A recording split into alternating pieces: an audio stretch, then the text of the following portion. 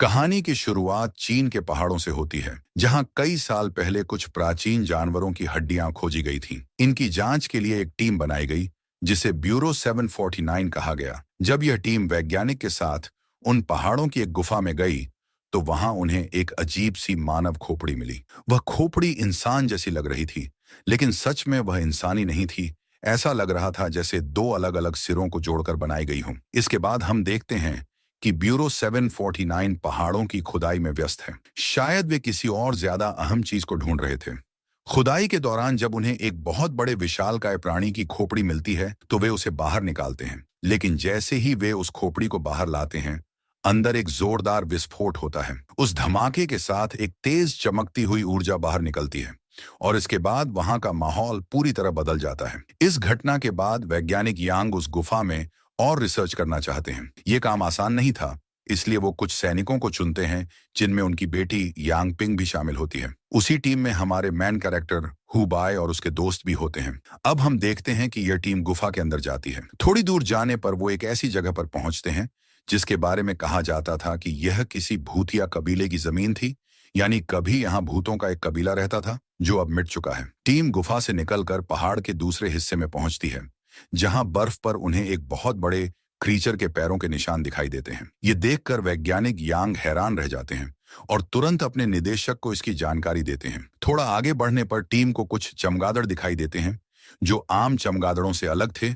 उनका रंग नीला था। अचानक उन्हीं चमगादड़ों में से एक वैज्ञानिक यांग पर हमला कर देता है, लेकिन तभी एक सैनिक आगे बढ़कर उस चमगादड़ को पकड़ लेता है। दुर्भाग्य से जैसे ही वह चमगादड़ को हाथ में लेता है, उसका हाथ और फिर पूरी बॉडी जलकर राख हो जाती है और एक गोलाकार आकृति में बदल जाती है। तब पता चलता है कि ये आग के चमगादड़ थे। किसी तरह वो टीम आग के चमगादड़ से बचकर आगे बढ़ जाती है, लेकिन उनकी मुश्किलें यहीं खत्म नहीं होती।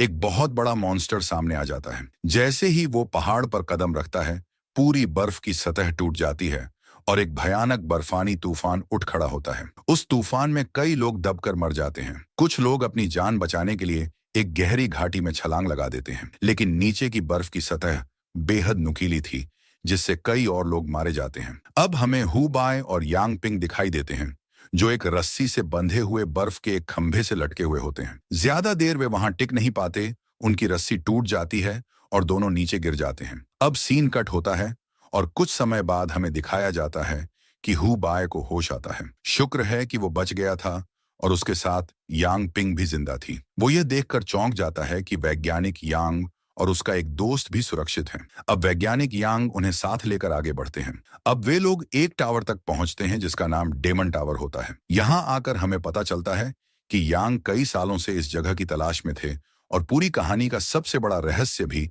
इसी टावर में छिपा हुआ था। जब वे लोग टावर के सामने रुकते हैं, तो वह जलने लगते हैं और जहां उन्होंने कैंडल जलाई थी, वहां से एक बहुत बड़ी प्रकाश तरंग निकलती है। यांग अपनी बेटी यांग पिंग और हु बाय से कहते हैं कि यह टावर कई सालों से बंद है, जैसे किसी का इंतजार कर रहा हो। अब वे दोनों इसके अंदर जाएं ताकि इसे खोला जा सके। जैसे ही यांग पिंग और हु बाय अंदर जाते हैं, टावर का ऊपर वाला हिस्सा खुलने लगता है। ऊपर से तेज रोशनी नीचे आ रही थी, जैसे सूरज का दरवाजा खुल गया हो। साथ ही हम देखते हैं कि टावर के बाहर आत्माएं हवा में दिखने लगती हैं और आसपास के पत्थर भी हवा में उड़ने लगते हैं। लेकिन जैसे ही टावर पूरी तरह खुलने वाला होता है, हु बाय का दोस्त अचानक कैंडल पर गिर जाता है और वह बुझ जाती है। साथ ही टावर भी वापस बंद हो जाता है। यहाँ हमें पता चलता है कि यह सब कुछ कप्तान ने जानबूझकर करवाया था, क्योंकि वह डेमन टावर को खुलने नहीं देना चाहता था। इसकी असली वजह हमें बाद में पता चलती है। ये सारी बातें वह हु बाय को बता ही रहा होता है कि अचानक वही पुरानी आग के चमगादड़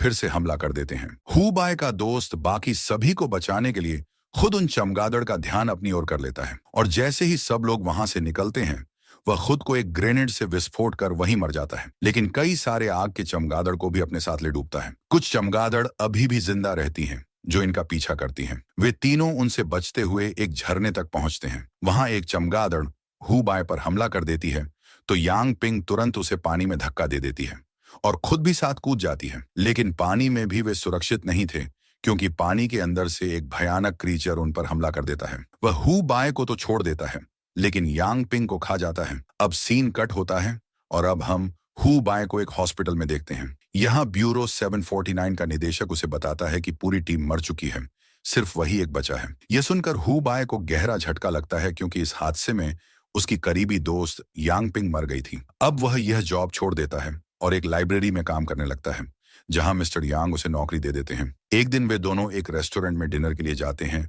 जहां हु बाय को अपना बचपन का दोस्त मिलता है। इसी दौरान हमें ब्यूरो 749 की टीम का दृश्य दिखाया जाता है, जो एक पुराने ताबूत से यांग पिंग को बाहर निकालते हैं। शायद वह उस हादसे के बाद सब कुछ भूल चुकी थी। दूसरी तरफ हम यह भी देखते हैं कि यांग पिंग के पिता वैज्ञानिक यांग भी जिंदा थे। जो चौंकाने वाली बात यह थी कि वह हादसे की जगह से 1200 मील दूर मिले। सीन यहाँ कट होता है। हमें एक तबाह हुआ शहर दिखाया जाता है, जो अब ऐसा लग रहा था जैसे वहां कभी कोई इंसान रहा ही नहीं हो। दरअसल इस शहर पर अजीब और गरीब क्रिएचर्स ने हमला कर दिया था। यहाँ हम देखते हैं कि वैज्ञानिक यांग अपनी टीम के निदेशक से मिल रहे होते हैं और वे उन्हें एक महत्वपूर्ण बात बताते हैं। यही वह राज था जिसकी वजह से शहर तबाह हुआ था। वे कहते हैं, गलती से मैंने दूसरी दुनिया का दरवाजा खोल दिया था। इसकी वजह से एलियंस और क्रिएचर्स यहाँ आ गए हैं और अब तबाही मचा रहे हैं। अब मुझे यह सब रोकना होगा। दूसरी तरफ हम देखते हैं कि लाइब्रेरी में हु बाय को पता चलता है कि वैज्ञानिक यांग पहले भी डेमन टावर पर जा चुके हैं और उन्होंने इस पर एक किताब भी लिखी है। यह जानकर हु बाय हैरान होता है कि अगर वे पहले जा चुके थे तो अब उसे दोबारा क्यों ढूंढ रहे हैं। वह इस सब पर कंफ्यूज होकर डेमन टावर पर रिसर्च शुरू कर देता है, लेकिन अचानक उसकी कमर पर आग लग जाती है, बिल्कुल वैसी ही आग जैसी चमगादड़ लोगों को लगा देते हैं। उसी समय हु बाय का वही दोस्त जो उसे रेस्टोरेंट में मिला था दौड़कर आग बुझाने की कोशिश करता है, लेकिन हु बाय खुद पर काबू नहीं रख पाता और अपने ही दोस्त को दूर फेंक देता है।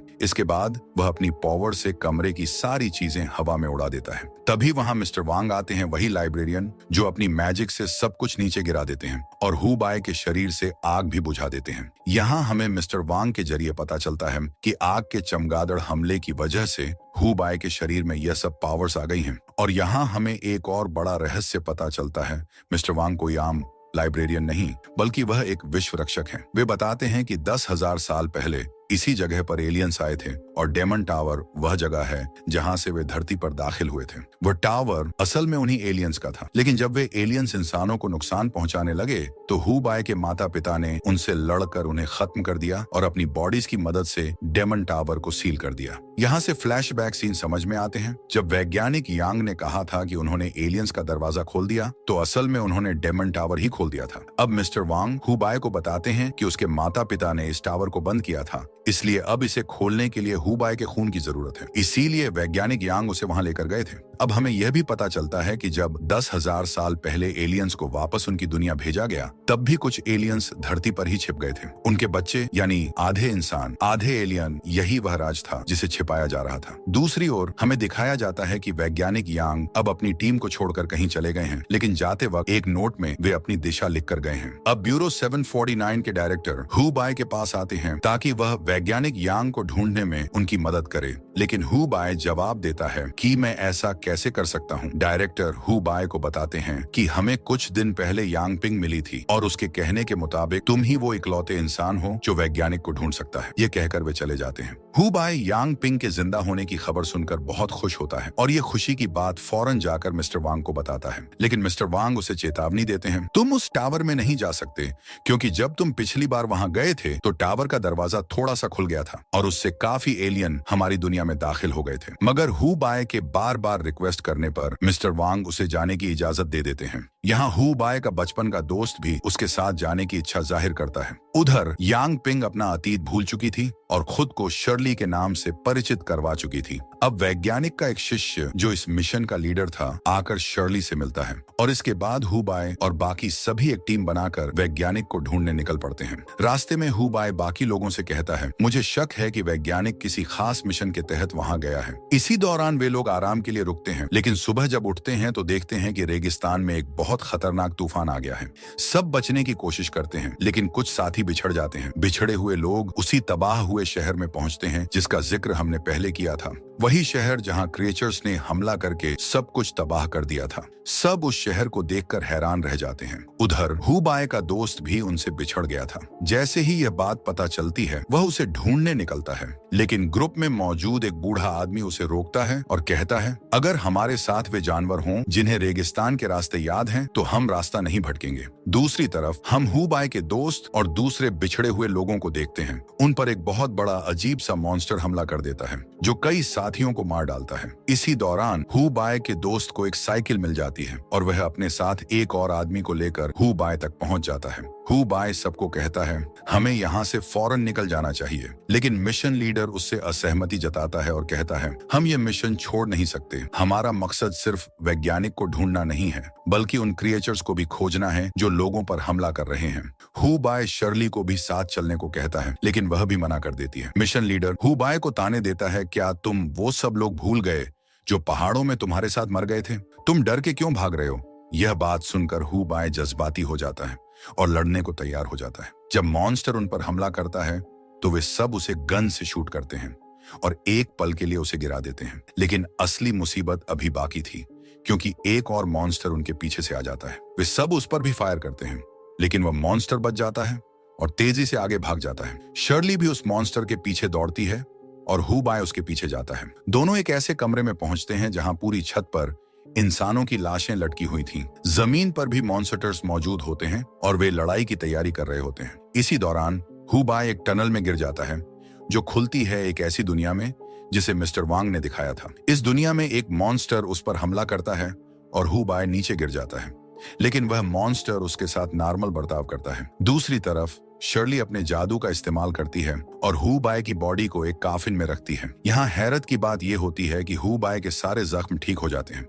जब उसकी आंख खुलती है तो वह डेमन टावर के अंदर मौजूद होता है, वही जगह जो फिल्म की शुरुआत में दिखाई गई थी। उसे वहां अपने अतीत की झलकियां नजर आती हैं। यहाँ हमें पता चलता है कि जब यांग पिंग पर पानी में किसी मॉन्स्टर ने हमला किया था तो वह मॉन्स्टर उसे डेमन टावर ले आया था। वहां एक रोशनी पैदा होती है जो यांग पिंग पर जादू करती है। इसी जादू से हमें पता चलता है कि यांग पिंग असल में यांग पिंग नहीं बल्कि शर्ली है और यह एक एलियन आत्मा है जो डेमन टावर से आई थी। अब हमें यह खुलासा भी होता है कि शर्ली ही उन मॉन्स्टर्स की मदद से इंसानों पर हमले करवा रही है। यही हम देखते हैं कि शर्ली हु बाय के दोस्त और उसकी एक साथी पर मॉन्स्टर्स से हमला करवा देती है, लेकिन हु बाय का दोस्त जल्दी से अपनी साथी को एक बस में खींच कर ले जाता है, मगर मॉन्स्टर पीछा नहीं छोड़ता, यहाँ तक कि वह बस को भी तोड़ देता है। दूसरी तरफ फिर से डेमन टावर का सीन दिखाया जाता है जहाँ हु बाय मौजूद होता है। वहाँ एलियन शर्ली, जिसने यांग पिंग पर कब्जा किया हुआ था, उससे कहती है, अगर तुम ये टावर खोल दोगे तो मैं तुम्हें यांग पिंग वापस कर दूंगी। लेकिन जब वो देखती है कि हु बाय मानने को तैयार नहीं है तो उसे धमकाती है, अगर तुमने दरवाजा नहीं खोला तो मैं तुम्हारी पूरी टीम को मार डालूंगी। मगर हु बाय साफ मना कर देता है, अगर तुमने ऐसा किया तो मैं तुम्हें मार डालूंगा, लेकिन टावर कभी नहीं खोलूंगा। ये सुनकर शर्ली उसे तुरंत एक ऐसी जगह टेलीपोर्ट कर देती है जहां बाकी लोग क्रिएचर्स से लड़ रहे होते हैं।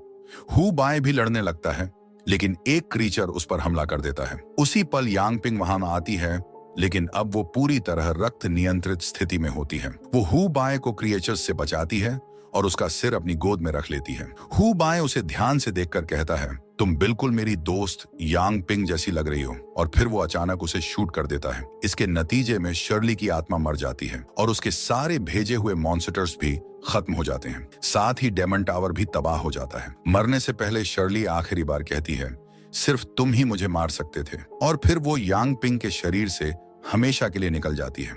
लेकिन क्योंकि हु बाय ने यांग पिंग की बॉडी पर गोली चलाई थी, इसलिए वो भी मर चुकी होती है। हु बाय बहुत दुखी होता है, लेकिन हार नहीं मानता। वो यांग पिंग की लाश को उठाकर उसी वर्ल्ड में ले जाता है जिसकी रक्षा मिस्टर वांग कर रहे थे। वो उसे ताबूत में रख देता है, इस उम्मीद के साथ कि शायद वो बच जाए। यहाँ हमें यांग पिंग के अतीत के बारे में भी बताया जाता है कि उसके पिता एक वैज्ञानिक थे जिन्होंने एक एलियन औरत से शादी की थी, इसलिए यांग पिंग में भी एलियन शक्तियां थीं। एक बार जब उसने एक चिड़िया को जिंदा किया तो उसकी माँ ने उसे ऐसा करने से मना कर दिया। बाद में जब यांग पिंग की माँ मर गई तो यह डर था कि यांग पिंग भी जल्द मर सकती है, इसीलिए उसके पिता डेमन टावर को ढूंढ रहे थे ताकि उसकी जान बचाई जा सके। फिल्म की शुरुआत में जो सब लोग बर्फीली खाई में गिरे थे वो असल में मर चुके थे, लेकिन सिर्फ यांग पिंग में वो ताकत थी जो इंसानों को जिंदा कर सकती थी। लेकिन क्योंकि अब वो खुद मर चुकी थी, इसलिए ताबूत ने भी उसे पुनर्जीवित नहीं किया। हु बाय बहुत दुखी दिल से यांग पिंग को वहीं छोड़कर चला जाता है और फिल्म के आखिरी सीन में जब वो जा रहा होता है तो पीछे एक क्रीचर अब भी जिंदा होता है।